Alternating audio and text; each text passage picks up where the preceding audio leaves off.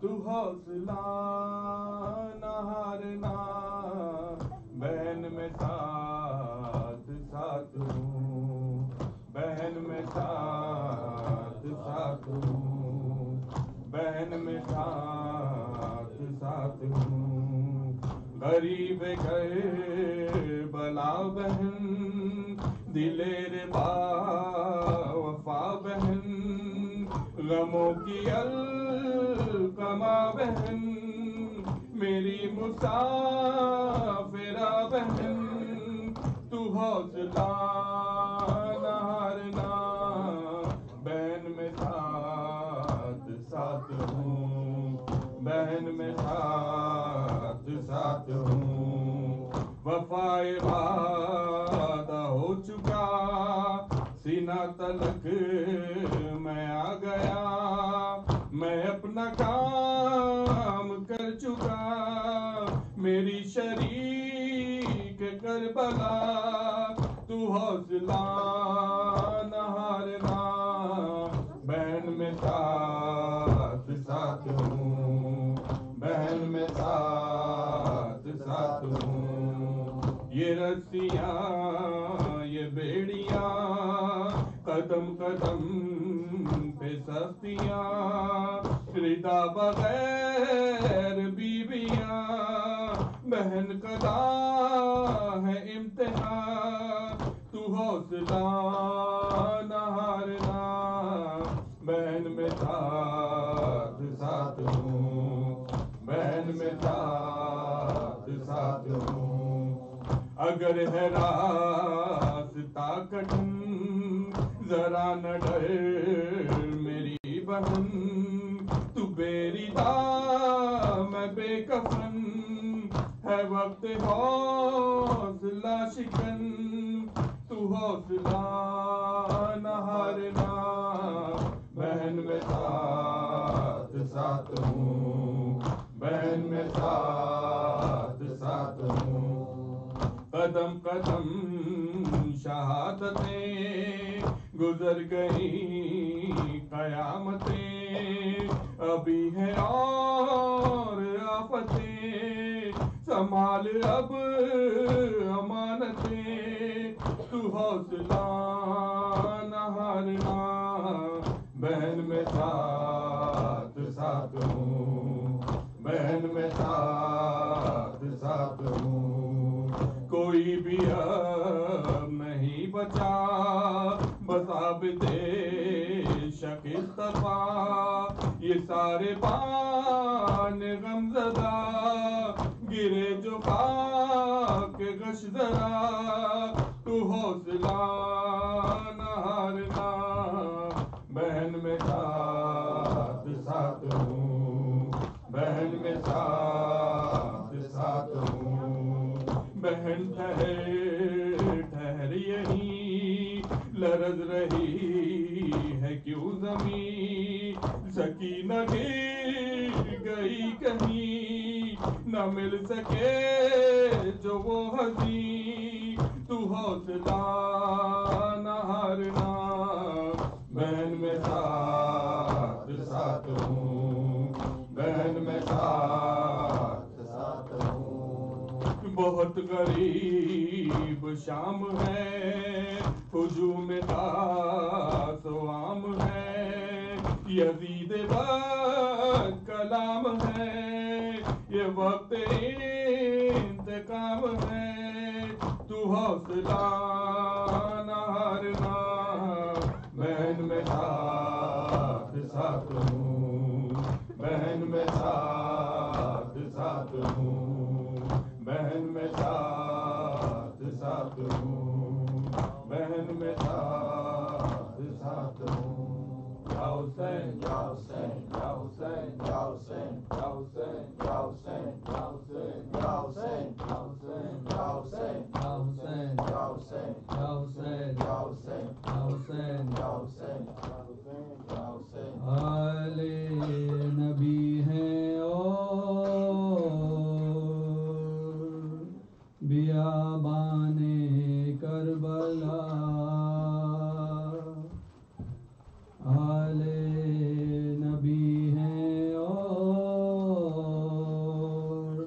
بیابان کربلا لتڑا پڑا ہے خون میں دامان کربلا آل نبی ہے اور بیابان کربلا آل نبی ہے اور بیابان کربلا یہ رات کربلا میں قیامت کی رات ہے بس آخری شے کی عبادت کی رات ہے پیاسوں پتی دن کی مصیبت کی رات ہے گویا زبان حال سے فرقت کی رات ہے ظلم و ستم میں گر گیا مہمان کربلا آل نبی ہے اور بیابان کربلا آل نبی ہے اور بیابان کربلا زینب در خیام پہ آتی ہیں بار بار بانو جگر کو تھام کے روتی ہیں زار زار پکڑے کمر کو جاتے ہیں شبیر نامدار اکبر کے لو وہ ہو گئی برچی جگر کے پار آیا زمین نیر سلطان کربلا آل نبی ہے اور بیابان کربلا آل نبی ہے اور بیابان کربلا زینب کے پاس نو محمد ہیں اشک بار کلثوم کے قریب ہیں عباس نامدار اکبر کے ساتھ روتی ہیں بانو جگر فگار اصغر کی ماں نے نانے سے گیسوں دیے سوار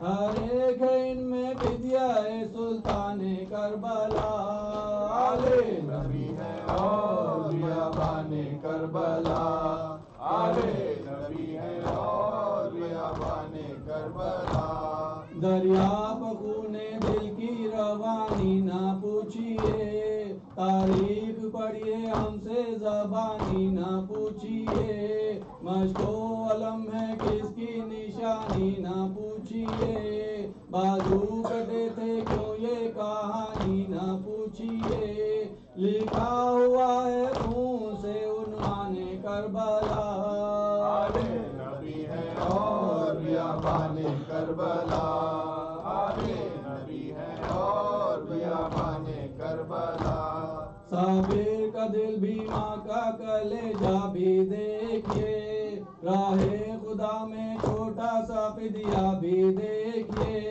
غیرت کے ساتھ آقا تقاضا بھی دیکھیے بشیر کے جہاد کا نقشہ بھی دیکھیے جاتا ہے ان میں ننھا سا مہمان کربلا آل نبی ہے اور بیابان کربلا آل نبی ہے اور بیابان کربلا آل نبی ہے اور بیابان کربلا آل نبی ہے اور بیابان کربلا یا حسین یا حسین یا حسین یا حسین یا حسین یا حسین یا حسین یا حسین یا حسین یا حسین یا حسین یا حسین یا حسین یا حسین یا حسین یا حسین بر محمد صلوات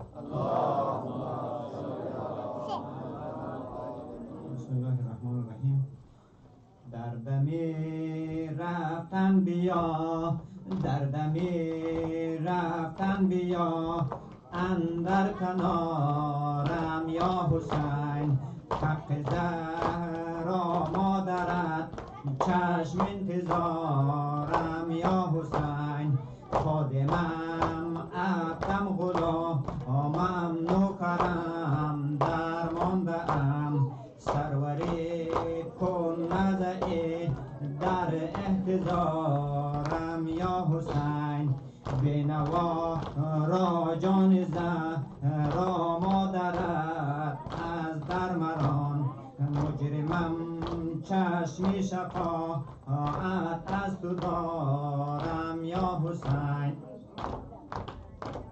در سوال و پرسش خبرم بیا ای سرورم به کس و به مونس و به غم گسارم یا حسین بر محمد صلوات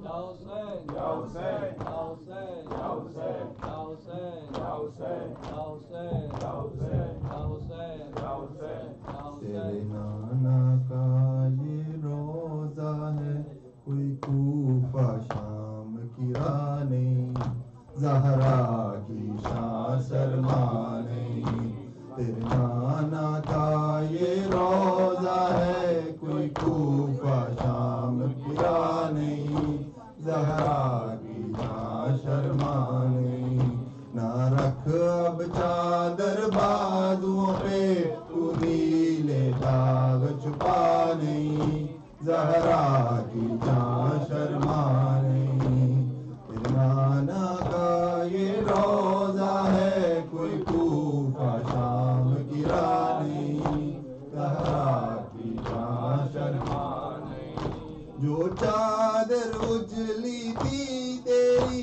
رنگ اس کا کیسے لال ہوا جو چادر اجلی تھی تیری رنگ اس کا کیسے لال ہوا اب سر پہ تیرے اے شہزادی اب سر پہ تیرے اے شہزادی وہ کیوں موجود رضا نہیں زہرا کی جان شرما نہیں نہ رکھ اب چادر بازوؤں پہ تو نیلے جاگ چھپا نہیں زہرا کی شان شرما نہیں 18 جو تیرے بھائی تھے کس بات پہ تجھ سے روٹھ گئے 18 جو تیرے بھائی تھے کس بات پہ تجھ سے روٹھ گئے 2 شہزادے کیوں ساتھ نہیں 2 شہزادے کیوں ساتھ نہیں کیوں ساتھ عباس تیرا نہیں زہرا کی جان شرما نہیں نہ رکھ اب چادر بازوؤں پہ تو نیلے داغ چھپا نہیں زہرا کی جان شرما نہیں یہ کون جوان ہے ساتھ تیرے ہیں کپڑے جس کے خون سے بھرے یہ کون جوان ہے ساتھ تیرے ہیں کپڑے جس کے خون سے بھرے کن زخموں سے یہ چور ہوا کن زخموں سے یہ چور ہوا آنکھوں سے بھی ہوں رکتا نہیں زہرا کی جان شرما نہیں نہ رکھ اب چادر بازوؤں پہ تو نیلے داغ چھپا نہیں زہرا کی جان شرما نہیں کس حال میں کربل سے آئی ہے زینب اپنے شہر میں تو کس حال میں کربل سے آئی ہے زینب اپنے شہر میں تو اب اس سے سوا افسوس ہو کیا اب اس کے سوا افسوس ہو کیا پہچان سکی صغرا نہیں زہرا کی جان شرما نہیں نہ رکھ اب چادر بازوؤں پہ تو نیلے داغ چھپا نہیں زہرا کی جان شرما نہیں وہ بچی جس کو سینے پہ شبیر سلایا کرتے تھے وہ بچی جس کو سینے پہ شبیر سلایا کرتے تھے میری آنکھیں ڈھونڈ کے ہار گئیں میری آنکھیں ڈھونڈ کے ہار گئیں کہیں ملتا اس کا پتہ نہیں زہرا کی جان شرما نہیں نہ رکھ اب چادر بازوؤں پہ تو نیلے داغ چھپا نہیں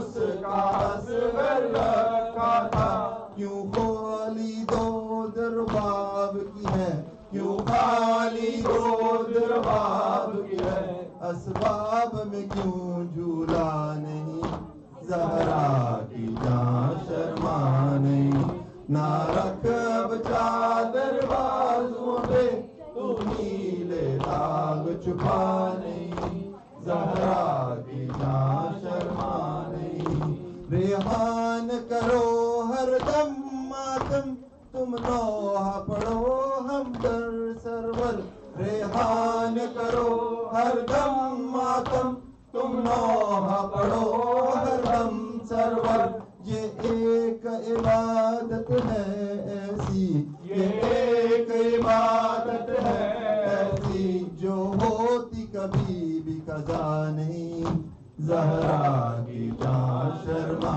نہیں نہ رکھ اب چادر بازوں پہ تو نیلے داغ چھپا نہیں زہرا کی جان شرما نہیں یا حسین یا حسین یا حسین یا حسین یا حسین یا حسین یا حسین یا حسین یا حسین یا حسین اللہم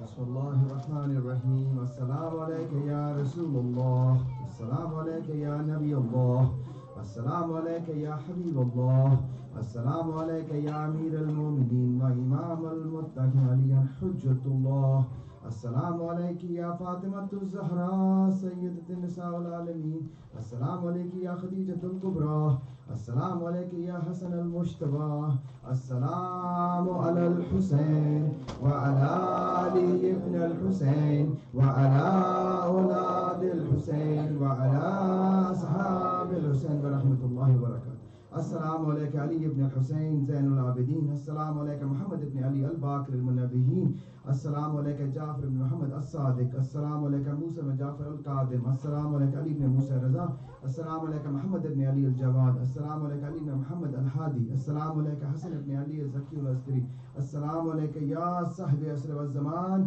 الامان الامان الامان من فتنة الزمان السلام علیکہ یا خلیفۃ الرحمن السلام علیکہ امام الانس والجان السلام علیکہ یا شریک القرآن السلام علیکہ یا مظہر الایمان السلام علیکہ امام زمان حاذا جل اللہ فرجک وسهل اللہ مخرجک وزہو السلام علیکم ورحمۃ اللہ وبرکاتہ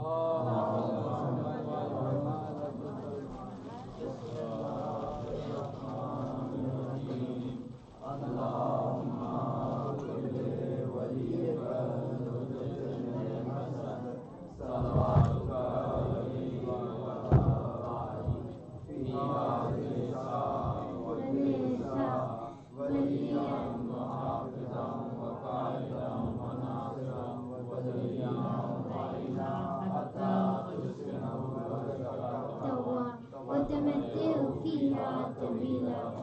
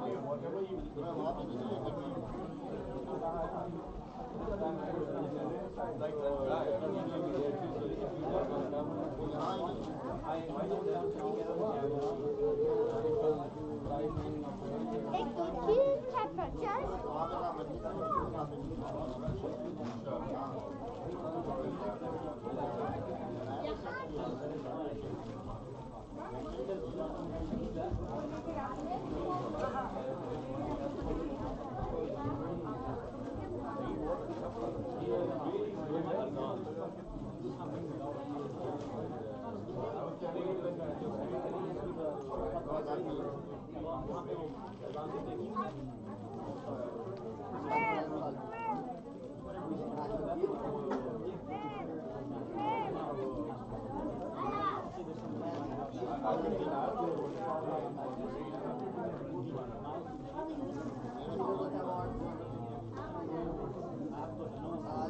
arm is cut short.